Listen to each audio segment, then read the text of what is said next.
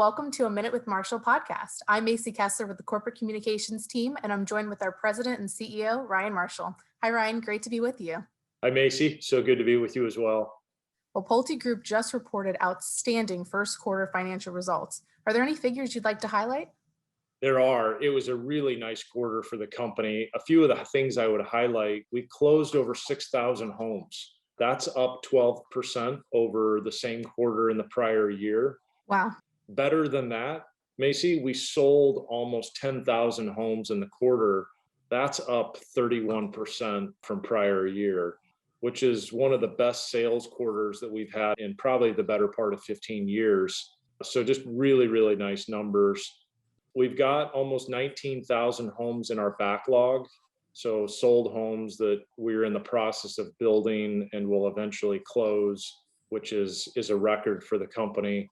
And then the last thing I would highlight is, given the success that we've had in the business, we were able to pay off over $700 million of our company's debt, which is, significant in the grand scheme of how we manage our balance sheet and the way that we finance the company.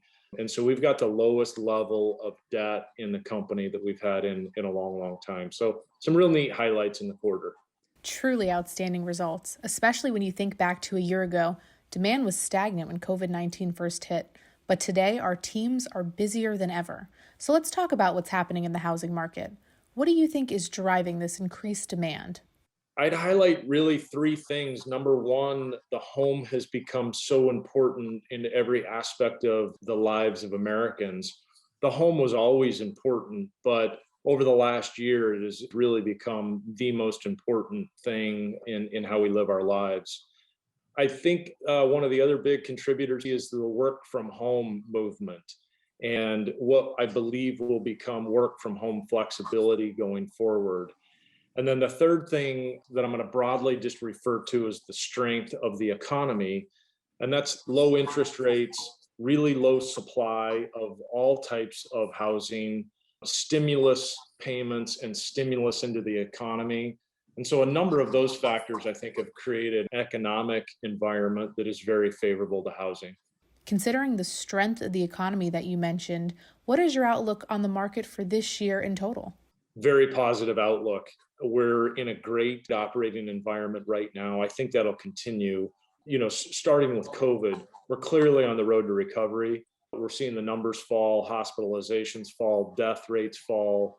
And that's largely because of the safety measures that the country put in place and because of the rollout of the vaccine. We're seeing employment increase and jobs added to the economy, which is positive. And many of the forecasts that I see are forecasting real positive GDP growth over the coming 12 months. With that, we'd expect to see some wage growth, which I think will be positive. And then you combine that with what will largely be low interest rates. And all of that sets up for, a very favorable housing environment.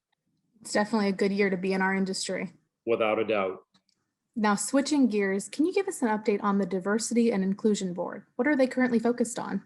They are very busy with some great wins and some nice progress on work that the board has been engaged in. I'd highlight just a couple. They had two wonderful events, one with two of our directors that shared their personal experiences in their careers and growing up, which I thought was very impactful. We had another event with our own Deb Still and Ivy Zellman recently, who shared their views based on working women in the workforce. We have a new college recruiting toolkit coming out that will provide teams with some tips and tools of colleges and universities where we can go and recruit a more diverse workforce. We have business resource groups that are preparing to roll out, which is going to be very exciting. And then our affordable housing group has got some just wonderful pilot programs that we're in the process of implementing that will go a long way in helping to make a difference with the shortage of affordable housing that we have in this country. So overall, Macy, real great progress, great engagement from that entire board and frankly, our entire organization. So I feel great that we're doing some good work. Sounds like they are certainly hard at work and have a lot of great projects underway. Now, we had some big news this month that's reason for everyone to celebrate.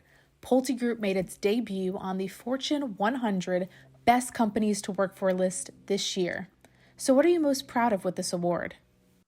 Well, I'm thrilled. Every time I get the opportunity to talk about this, it just brings a big smile to my face. And the thing that I'm most excited about is that our employees, our team has been recognized for the great culture that we've had for a long time, but we were able to put that on display for others to recognize and appreciate as well. And so to see our company's name on the list with a number of the other household big name companies in the country was really gratifying. And it's a win for all of our employees and the company in general. We've got a lot of opportunity in the future. And so I think this additional notoriety will give us the opportunity to continue to recruit and attract some great talent that will help us continue to grow the company. Well, adding on to that great news, I hear you just got your first COVID vaccine. So, how does it feel to have that process started? It feels great. I did get my first dose. I'm getting my second dose this week. And so I'm excited to be nearing kind of the end of a very long year and starting to feel a little bit more comfortable that I've got the added protection of the vaccine. It's a decision that I think everybody has to make personally as to whether or not the vaccine is the right thing for them. We've recently announced that as a company, we're not going to require any of our employees to get a vaccine. But my personal advice would be the side effects that could potentially come from the vaccine are minimal relative to the side effects that someone could have should they contract the COVID virus. So everybody's got to make those kind of trade-offs given their personal situation. But I'm thrilled that I was able to get both doses of the vaccine. Yeah, I got mine as well, and I'm very happy about it too. Now, on a final note, for everyone listening, please confirm that you are in fact the real Ryan Marshall and not some phishing version. Evidently, a recent IT test using your name hooked quite a few employees. I'm well aware of that, Macy. The IT team and I work together in cooperation to run that test, and it's part of an ongoing effort that our IT team does to create awareness.